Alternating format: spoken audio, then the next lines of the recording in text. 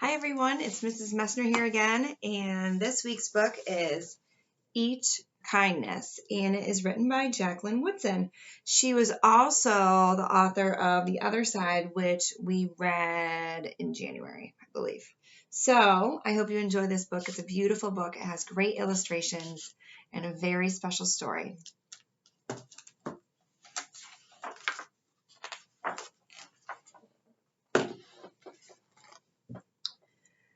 That winter, snow fell on everything, turning the world a brilliant white.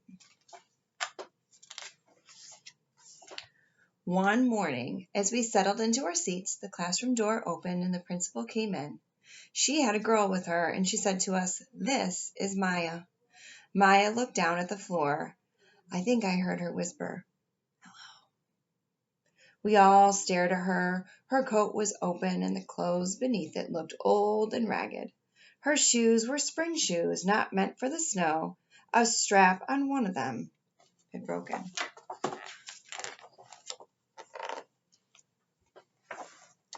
Our teacher, Miss Albert, said, "Say good morning to our new student." But most of us were silent. The only empty seat was next to me. That's where our teacher put Maya. And on that first day, Maya turned to me and smiled. But I didn't smile back. I moved my chair, myself, and my books a little farther away from her. When she looked my way, I turned to the window and stared out at the snow. And every day after that, when Maya came into the classroom, I looked away and didn't smile back. I wonder why she's ignoring Maya, and I wonder how Maya is feeling about that. My best friends that year were Kendra and Sophie. At lunchtime, we walked around the schoolyard, our fingers laced together, whispering secrets into each other's ears.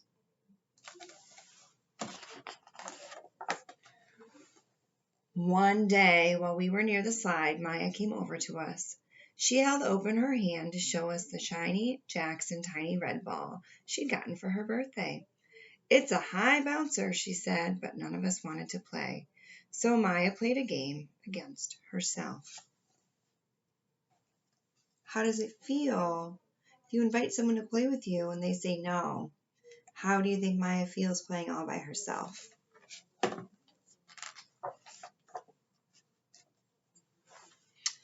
That afternoon, when we got back into the classroom, Maya whispered to me, "Bet you can't guess the new Jack's champion of the world is."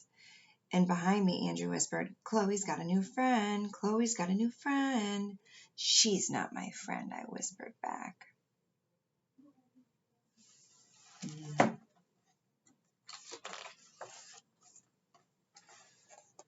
The weeks passed, and every day we whispered about Maya, laughing at her clothes, her shoes, the strange food she brought for lunch. Some days Maya held out her hand to show us what she had brought to school: a deck of cards, pick-up sticks, a small tattered doll, and whenever she asked us to play, we said no. So pretend you're Maya for a minute. They're making fun of your clothes, your shoes, the food that you eat, and they're not playing with you when you invite them to. How is that making you feel? The days grew warmer and warmer. The pond thawed. Grass began growing where snow had once been. One day, Maya came to school wearing a pretty dress and fancy shoes, but the shoes and dress looked like they belonged to another girl before Maya.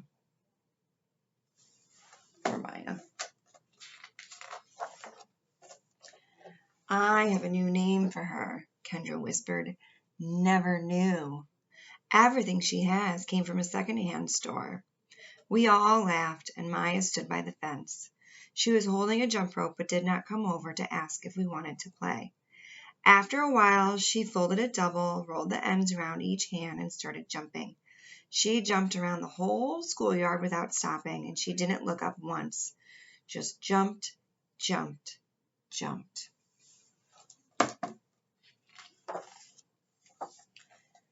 The next day, Maya's seat was empty. In class that morning, we were talking about kindness. Miss Albert had brought a big bowl into the class and filled it with water.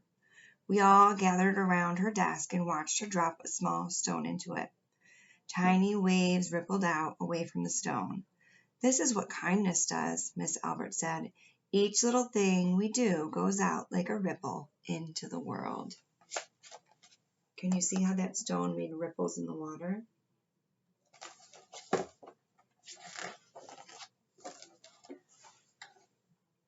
Then Miss Albert let each of us drop a stone in, as we told her what kind things we had done.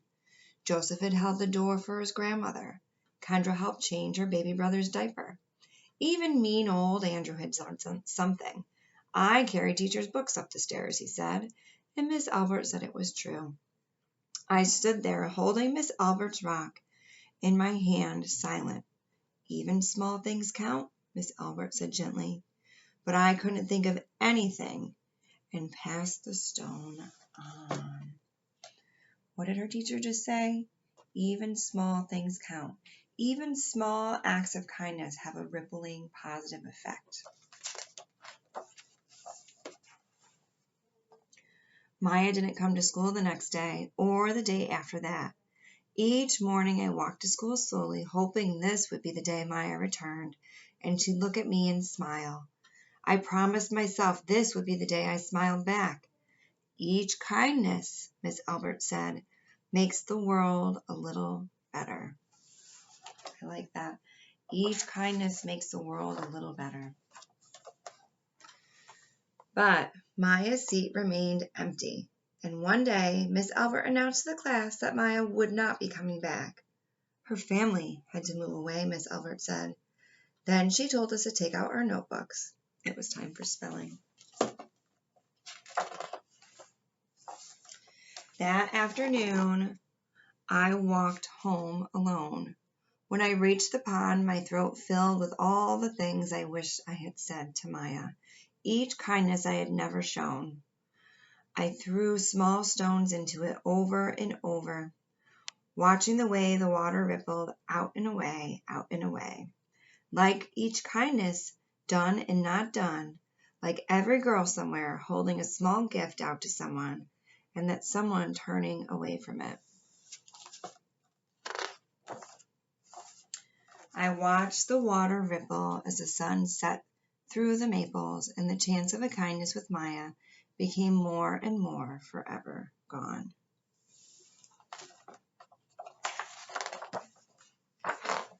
The end. So, this is a really sad book because the little girl Chloe, she had a lot of opportunities to show kindness to Maya. And poor Maya, she never had anyone be kind to her at school. They made fun of her. They wouldn't play with her. And then she disappeared. And I think that Chloe, our main character, she really regretted that she didn't take the opportunity to show kindness to Maya. So I want you to think about today, all the many opportunities that you have to show kindness to your family, to your neighbors, to your friends, to people in your class, to your teachers. And I hope that you don't regret missing out on those opportunities, because just like the teacher said in this book, each moment is an opportunity to show kindness, and each act of kindness, no matter how small, can have a lasting effect and change the world. So think about it. Take your opportunities, and I hope each of you finds moments today to show kindness, no matter how small. Have a great day, and I'll see you soon.